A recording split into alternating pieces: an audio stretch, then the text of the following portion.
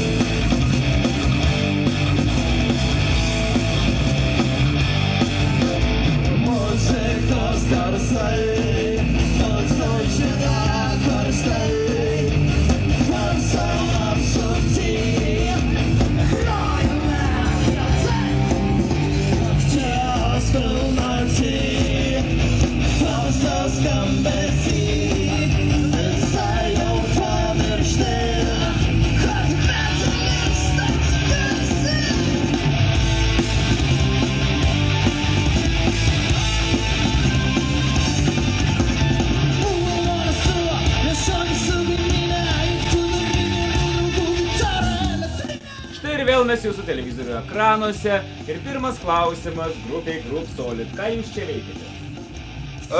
Mes sėdim ir bandom sulaukti, kol mūsų bašistas atvers į žmogų, kad galėtų ką nors pakalbėti apie grupę. Nunai.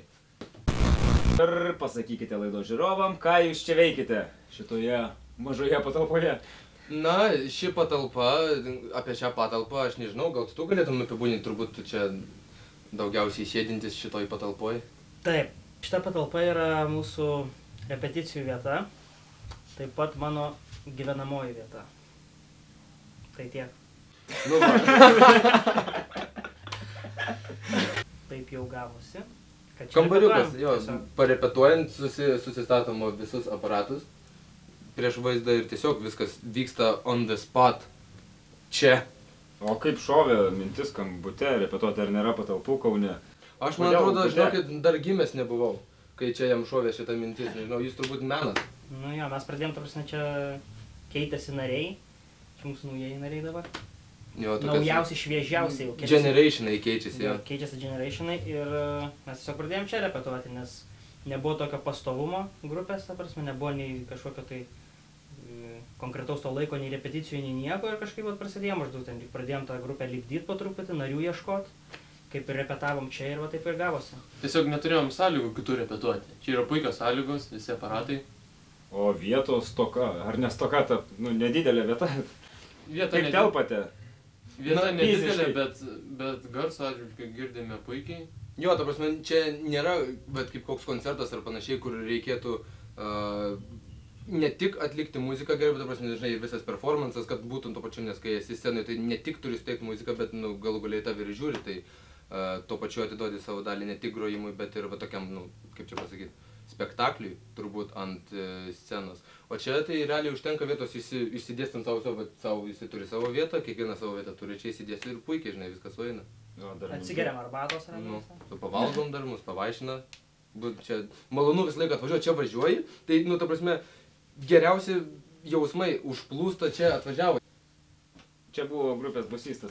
Man dar apie spektaklį klausimas iškylo. Jeigu ant scenos darai spektaklį, o repeticijoje nedarai spektaklio, ar pavyksta scenoje spektaklis? Na, jo, pavyksta, bet aš turbūt supratau jūsų paslėptą mintį, nes scenoje atliekant spektaklį, tai visada, nu, minimum per pusę nukenčia performances. Visada, ta prasme, nu, aš turbūt neįsivaizduoju, jeigu norint atlikti 100% kaip gabalai yra ten parašyti, ar ten, nu, kaip jie yra sudėlioti, tai turbūt atsisėst reikėtų kaip nors savo patogiai ten, taip kaip nors, ir tada groji. O ten užtenka taip galvą pasukiot, viskas, jau ten rifas koks nueina, arba ten kokie kliurkiai ir to. Supratau, pradėjome apie grojimą kalbėti, kas kūrė, kaip rašot, apie ką muziką ir taip toliau. Na, šiaip visa idėja grupės ir visas muzikinis idėja yra vedama dėl ko tas priedėlis prie žodžio metal, disko metalas. Todėl, kad jeigu pasiklausius ištisai mūsų gabalų, galima atrasti tendenciją tam pastoviam byte, ta prasme, kai hetas eina visą laiką į antrą dalį ir tuo pačiu pasiklausius elektroninių gabalų, kada visą laiką yra tas visą laiką. Tai man buvo užėjus tokia idėja, kad paimti reikia ir taip padaryti, kad gyvai grojant išeitų išgauti panašų skambesį. Ta prasme, kad tas ir visas užsitūsinimas būtų ir toksai, kad ateini į sceną groti su visa ta savo jėga. Tai tuo pačiu ir atitinkamai būgno partijos ir boso. Tam tikrose partijose, kada norim padaryti tą disko, visi vienu metu susikooperuoja ir daro tą diską. Bosas ten groja oktavom, ten barabanai daro savo, gitarų partijos irgi ten savo taip, tak, laiką kapuoja. Ir toks čiut negaunasi kaip kažkoks mūsų signature prekinis ženklas. Ir su muzika tai realiai pagrindė sėdim mes su Krisu. Visada, ką žinau, kokie ten tavo... Mes kažkada įrašinėjom gabalą čia prieš porą metų. Sunku jau prisiminti prieš 2 metus. Gabalas tai iš viso, man atrodo, sakai, prieš 1 milijoną metų užgimęs buvo. Ledynmetį. Ne, iš tikrųjų toksai gyvenimiškas gabalas. Įkvėptas gyvenimo aplinkos, ta prasme, ir įvykių ir maždaug. To laiko gal gyvenimo. Mūsų dainų tekstai, čia yra mūsų dainų tekstų visų autorius, Kristoferis. Apie ką jūsų tekstai, kas juose slepiasi arba nesislėpia, matosi? Mes visą laiką savo tekstų pagrindinė žodžių mintis, tai yra adresuota lyg tai, galima būtų prilygt gyvenimo protestui, norint išreikšti kažką, kuom nesam patenkinti ir matom, kad yra akivaizdi problema, bet gyvenime daug kas mato, kas yra negerai ir kas yra klaidinga ir nesvarbu, ar procesas yra blogas ar ne, bet to nedaro. Apščiai pavyzdžių pasaulio, kad žmonės žino, kas yra blogai, bet toliau taip daro ir rezultate gauname visišką žudą kažkokį. Man patinka labai Kristo sugebėjimas išreikšti žodžius tam tikromis temomis. Tarkim, vienas gabalas yra mūsų Insane apie visą žmonių civilizaciją, kaip nejausdama ribų. Nejausdami ribų, tiesiog, nežiūrim, ką darom, ta prasme, ir kaip tai įtakoja, ta prasme, aplinką ir apskritai. Galų gale galbūt susinaikinsim patys, tiesiog. Jo. Supratau, tai jūs mylite gamtą? Čia dabar. Viską mylime. Viską mylim. Ir muziką. Apart vyrų.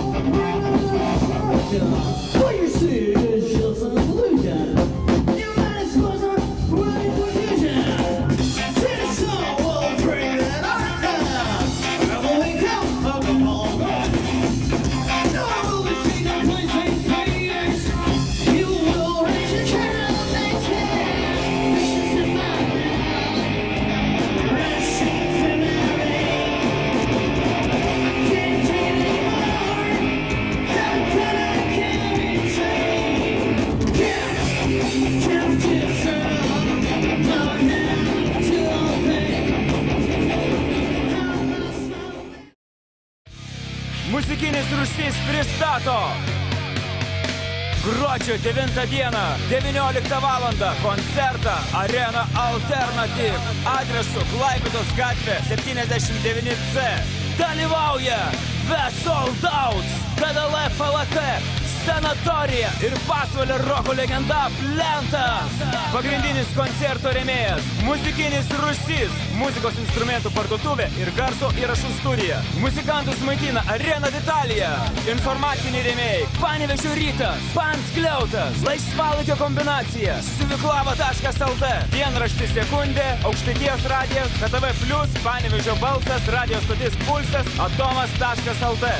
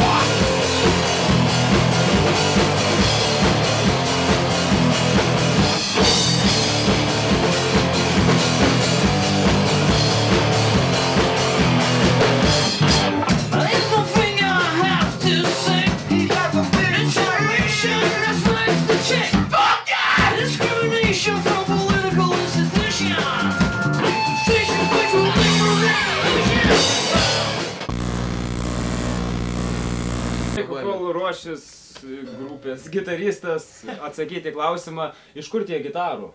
Gražių, visokių pilnų sienos nukabintos, viskas. Iš kur, kas tai yra? Kolekcijos, tikros jos, netikros? Kolekcijos, kaip čia pasakius. Atėjus pa žmogui svečius nebūna tie gitarų prikabinta ir pridėliota visur. Visos jos tavo? Taip, gitaros mano, ta prasme, ir dalinai iš tikrųjų su kai kuriom groju tiesiog. Tai vat, yra dalis gitarų, kuriamis groju.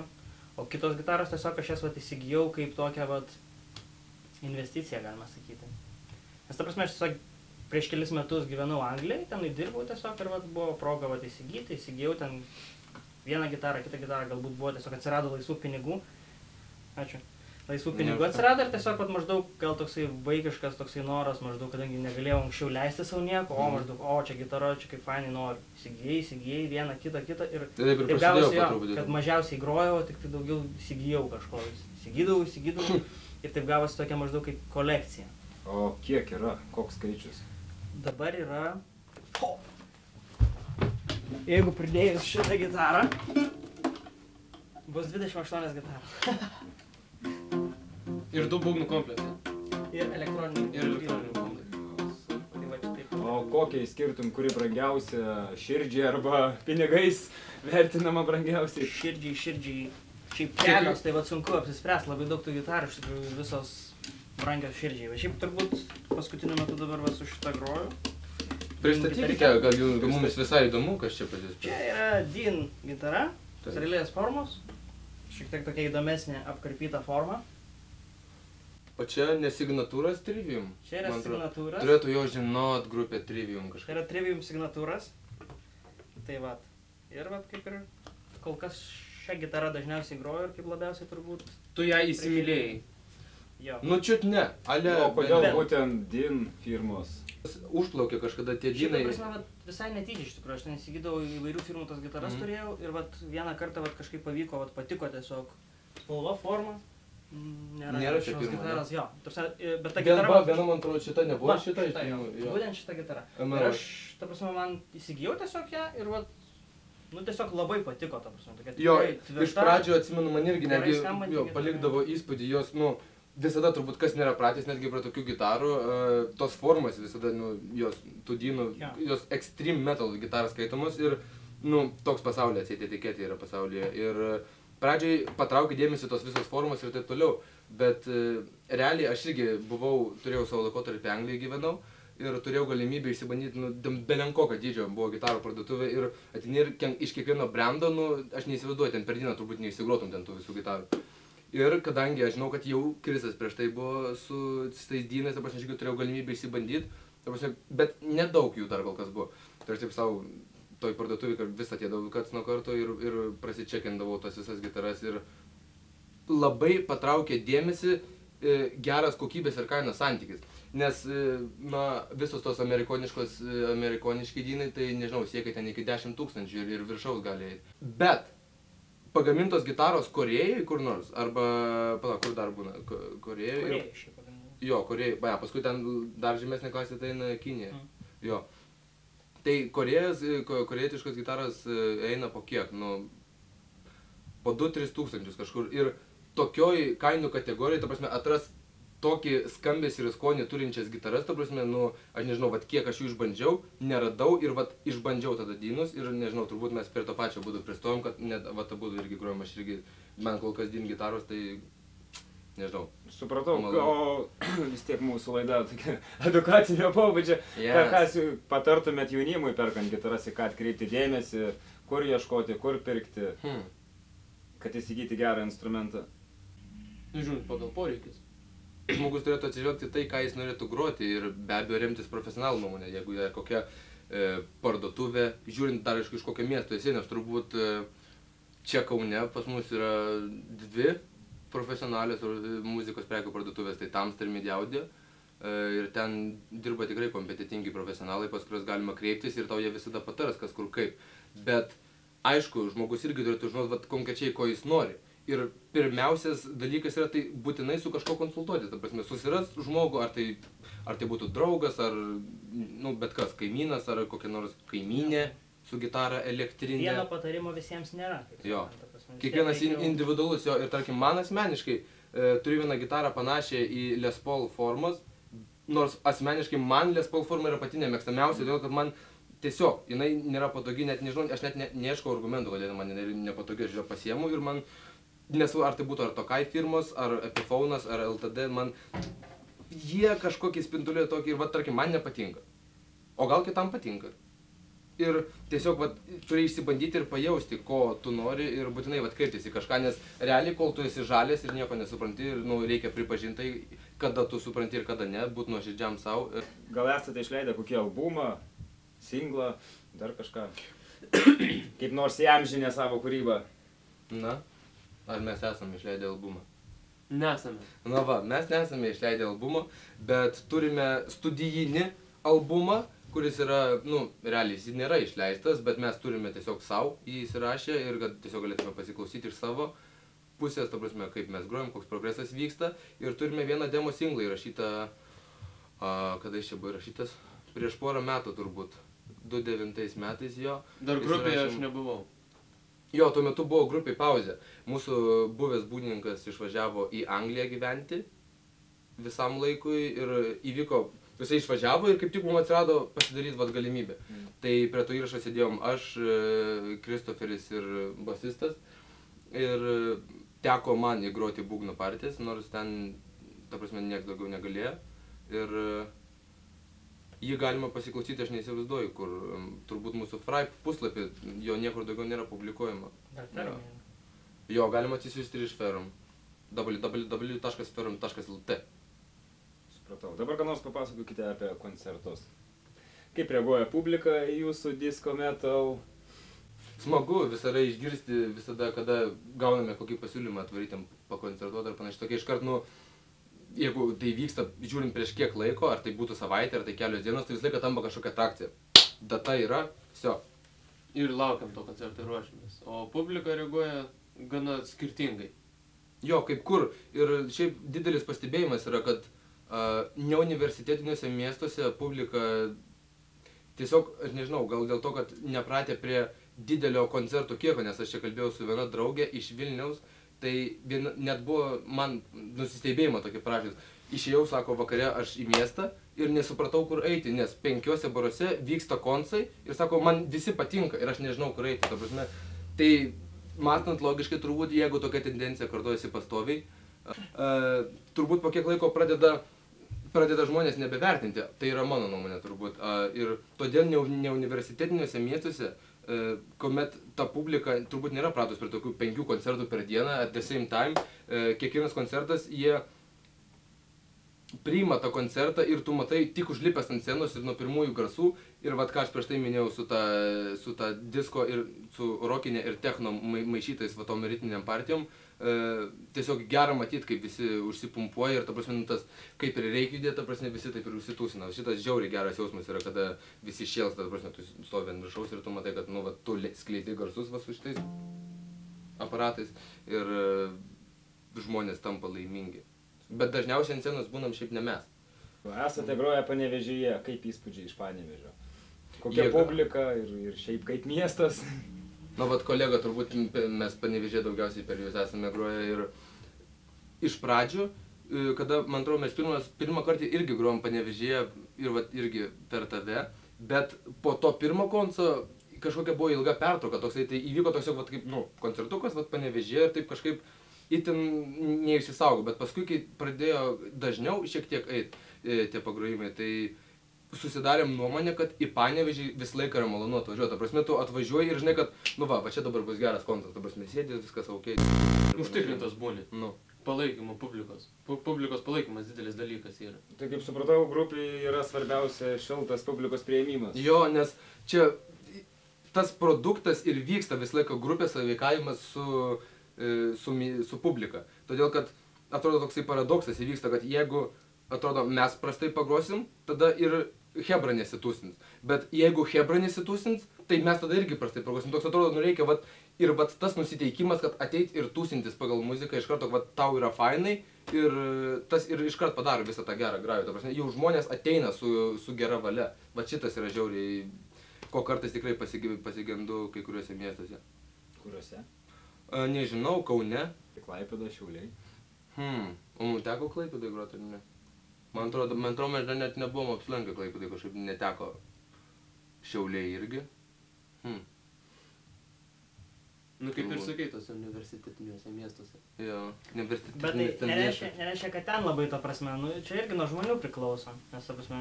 Jo, ir čia toksai pasakymas, kad, kad ten geriau ir ten blogiau, taip niekada nebūna, ta prasme, čia tiesiog išpuola, netinkamu laiku, netinkamą vietoj papuolė. Gal ten tam bare, kur vyko dabar kažkas, ten nebuvo daug žmonių, nes buvo kažkas ten kitkas organizavę ir ten atėjo, tarkim, nesuinteresuoti žmonės, tarkim, ir aš puikiai suprantu tos visus žmonės, kurie ateina į, tarkim, į koncertą ir, iš mūsų pusės tai mes nežinom, ko atėjo tas žmogus, gal jis ten tik arbatos atėjo, o tas atėjo konzo paklausyti, bet, jo, jie visumą sudaro ir kai tu groji, tu matai kažką, bet kai pats ateinu kur nors ir neturiu visiško noro, ar man nėra nuotaikos, tai aš puikiai suprantu tos žmonės, kodėl jie ar neina prie scenos, ar jiem nėra nuotaikos, ar nenori šokti, ar dar ką nors daryti.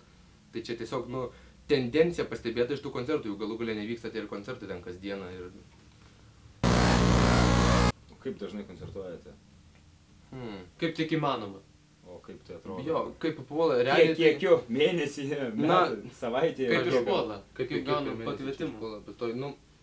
Būna etapų, kai grojam kas savaitę, būna etapų, kai grojam kas mėnesį. Tai įvairiai dabar, vasarą turbūt labiau vis tiek daugiau įvairių festivalių, renginių, atvirų tokių lauke ir panašiai, tai turbūt daugiausia vasarą, kaip ir daugeliui grupių. O žiemą ten ir rudenį tokiam, kai vėsiau būna, tiesiog kai kuriuose įvairiai kaip... Jo, susitraukia vieta, grota, prasme, upenėro jau nepadarysi žiemą, ten per minus 6-6 ryto turbūt, nieks neateitų. Kaip tik pas mus dar turbūt neateitų kas nors, gal koks basistas grot ir panašiai. O gal ateit? Kaip tik vienas ir ateitų. Stengiamės kuo dažniau groti. Jo, išpuola, bet būna tiesiog, kad galim per mėnesį ten sudėti, neįsivaizduoju, kokie 20 koncų, paskui bus kas nors atsitiks, kokia ten pertrauka, 3 mėnesiai nieko nebuvo, po to žiūrėk vėl kas nors skambutį duoda ir vėl prasideda kokia koncų lavina. Tai taip pat nepastoviai, bet tas pastovus grojimas jau, ta prasme, vyksta pastoviai. Jūs girdėjau, ruošėtės į turą, pavadinimu niekas nenorėjo mirti. Aha, iš kur jūs girdėjot, gal jis pats kartais ponas iš grupės 13 fortas, jūs man kažkur... Ne, aš Facebook'e skaičiau. Tai jūs turbūt esate tarp to 100 žmonių, kurie paspaudė. Tai labai malonu iš jūsų pusės, aš ten plašau, o dieve, kiek aš ten prie to puslapio, mano ten susėdė, susipikau, norėjo... Čia niekam neįdomu. Turas niekas nenorėjo mirti, planuojamas mūsų grupės G-Solid ir 13 forto.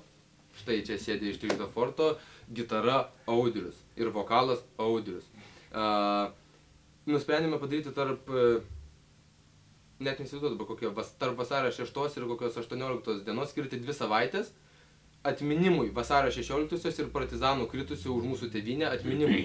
Tiesiog pagyvinti visą šį gyvenimą muzikinį ir suaktyvinti, kuris nėra pakankamai aktyvus. Priedo, pamečiau mintį. Mes to nesame darę niekada, tai labai įdomu, turas. Pirmą kartą Grusoli ture dalyvaus. Ir ta pati idėja, jo, išvažiuoti 2 savaitės, pabūt galų galę su tai žmonėm, kurie turbūt nesi dar praleidęs kartu 24 valandų ištisai. Tai įdomu, kas bus po kokių 2 savaičių, kas pasidės per experience ir visokie potyriai. Ne, bet nebuvo tiek daug miestų, kiek šiais metais yra užplanuota. Taip, mes tokia, sugalvojame daryti, vienais metais padarėme gal 2 koncertus, kitais metais 4, praeitais metais 8, o dabar gavosi, kad 16. Čiut ne 16 miestų ir po visą Lietuvą. Kas tik nori, ta prasme, pamatyti ir išvyst šio turo muziką, tai turbūt net gali paimti paprasčiausiai ir Facebook'e parašyti ir mums tik pasitaikius menkiausiai galimybė, mes mielų norų užsuksim į jūsų miestą. Tikdo ta idėja, kaip visi užgiminėjo naujas metalas, visokie Kornai, System of a Down ir panašiai, 98-97 metais, kada jų prasidėjo pirmie albumų išleidimai, tai atmeskim dar kokius 6 metus, kada jų ten visa istorija pradėjo kurtis, kai visi undergrounduose slipėdavo, tai taip ir vykdavo, kai nebuvo jokio interneto arba ten YouTube'ų. Tiesiog hebra įsirašo savo įrašus, ar tai kasetės būtų, ar tai kompaktai, ką jie išgali tuo metu ir tiesiog spread the word, visą laiką tai vienam žmogui perduoda, tai kitam, Ir kažkam patinka. Jo, ir tas išgirsta, o čia tas fainai, čia visai gerai, va čia žiūrėk taip ir įsidė. Ir man va šita idėja būtent labai... Alio? Viskas čia gerai, gal tu pasirodysi pas mus kur nors? Tai mes va dabar filmuojam ir tu kalbi į eterį. Tada varau. Tai gerai, mes tavęs laukiam. O mes ilgai neužtruksim iš jūsų. Supratau, laukiam. Štai iš to įrašo nesupratot, nes dėja buvo uždengtas mūsų. Bosistas. Taip, kažkaip neadekvačiai nesvarbiausias žmogus uždengia svarbiausia, nu kažkaip nežinau. Šuka čia diskriminacija gal.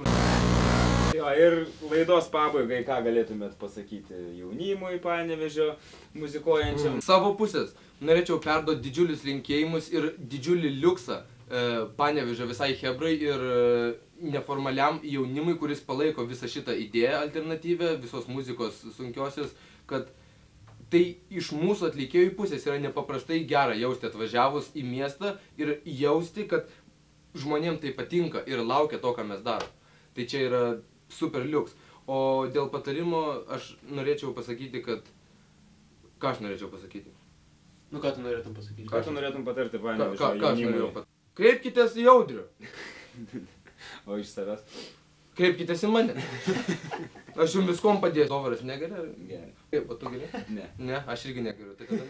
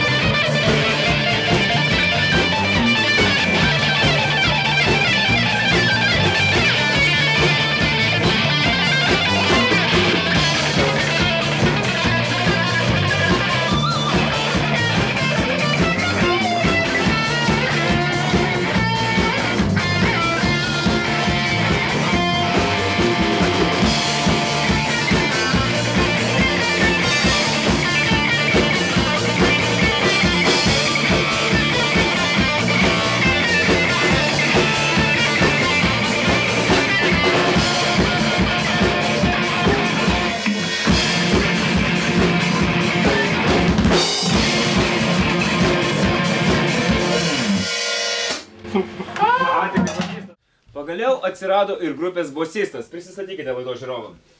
Aš esu grupės bosistas. Julius Dosinas. Bosistai kaip visada turi daug ką pasakyti. Ačiū grupiai Groove Solid už nuostabų interviu ir atsisveikinimo žodis paskutinis laidos žiūrovam. Tenka bosistui. Ačiū visiems.